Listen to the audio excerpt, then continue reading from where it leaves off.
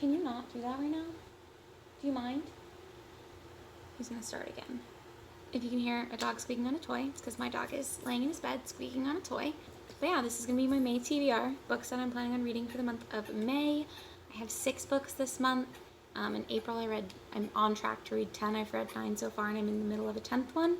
And I'm filming this. I still have about 2.5 days left of reading. If not, I will just pop that 10th book over into the month of May. I'm planning on reading fewer books in May because I'm moving in May, and then I also have finals in May, so I might not have as much time to read as I have been. But yeah, being in quarantine, nothing else to do. I got bored of TV real quick, and I read a lot of books this month. So without further blabbering, I'll just go ahead and tell you the 6 books that I have planned for May, the 1 book that might be a crossover book, and what they're all about.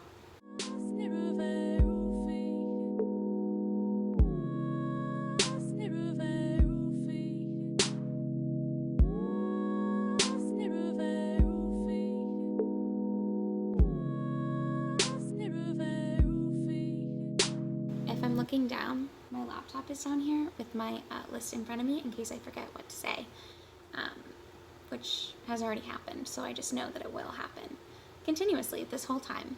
Super fun. The first book I have picked out to read in May is All Your Twisted Secrets by Diana Urban. This is one of the books that I did have to order. I bought this from Amazon.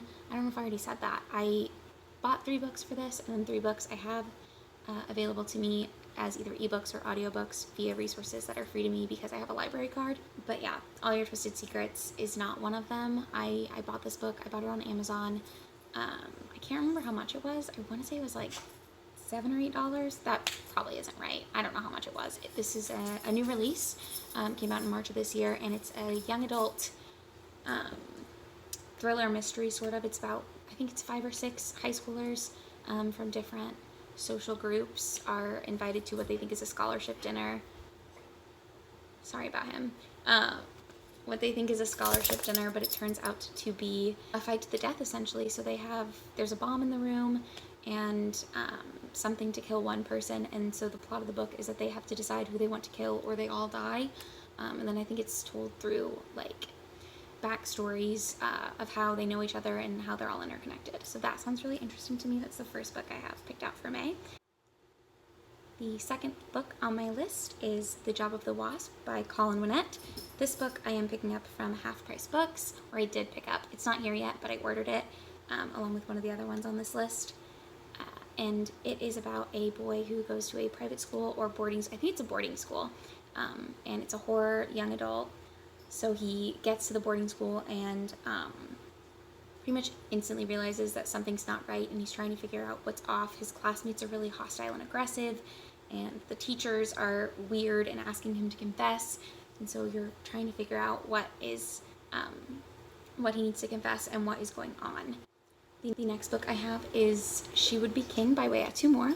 It is available to me for free on Overdrive, which I have access to because of my library. And it is about the formation of the nation of Liberia. It's historical fiction, but it's also magical realism. It follows 3 characters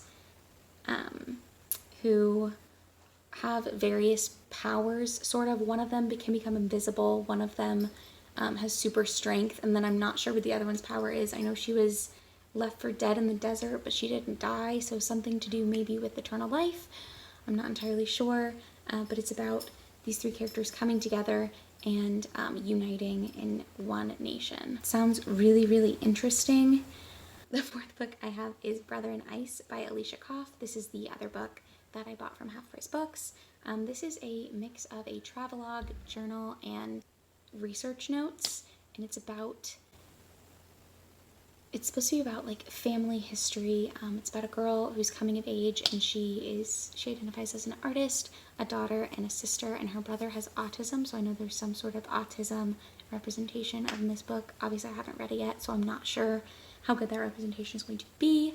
But this, I know, won a lot of awards. It was originally published in Spanish and Catalan. It's supposed to be stories of like exploration of the Arctic, I think.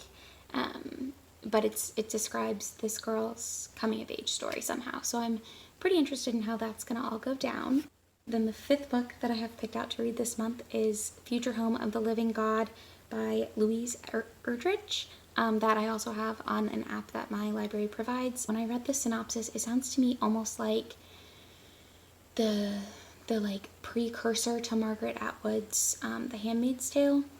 Sort of, I mean, it's different, but it's a similar sort of vibe where women who are pregnant are giving birth to hominids, like early hominids, like not people, but early species of other hominids, like that were precursors to humans, which sounds really interesting. And the government is getting involved, and women are going missing.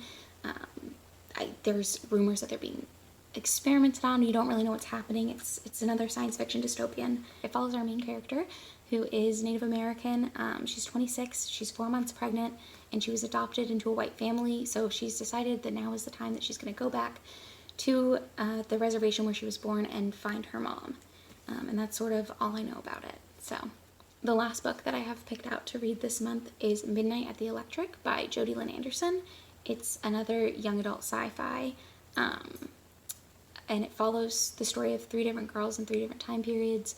So one is a girl in the future, I think it's like 2060 or something is the year, and she is going to be a colonist, and she gets to go to Mars and live on Mars. And then the middle one is a girl who was living in Oklahoma during the Dust Bowl, and her sister is sick.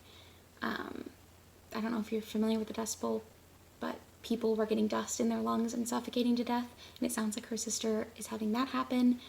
And then the first girl is living in England in the fallout from World War I. So, and she's about to come to America. And so I have a theory that maybe they're all related. Like, I know their stories intertwined somehow, but I have a theory that, like, the one in England is the mother of the one in the Dust Bowl, and then they're also descendants. I don't know how accurate that's going to be, but I do know they all interconnect or intertwine somehow. So I'm really excited to read that. So those are the 6 books that I have picked out to read for the month of May. I'm also in the middle of reading Catch-22 by Joseph Heller right now, which, if you don't know, it's a classic. It's historical fiction, sort of. It's about a fighter pilot in World War II. It's funny. It's about how he wants to come home, but he can't come home. And just sort of about how the catch-22 is that if you get released from the army, you have to tell someone that you're insane. But if you tell someone that you're insane, you're obviously sane. And if you're sane, you have to stay and fight. And then it goes on and on. So I'm only like 85 pages into that, but it's pretty good so far. That one I also have for free from Overdrive, which is an app that my library lets me use. Let me know if other people's libraries have stuff like this. I don't know if mine has it all the time or if they just added it. I think they probably had it all the time and I just didn't know. But I'm really into it. So that one, like I said, I might have it finished by the time May starts, but if not, I'll just carry it over into May. And then I'll keep you guys updated if I read anything else in addition to these books. But for now, that is all from me. I hope everyone is staying safe and sane during this crazy time. And yeah, have a great day.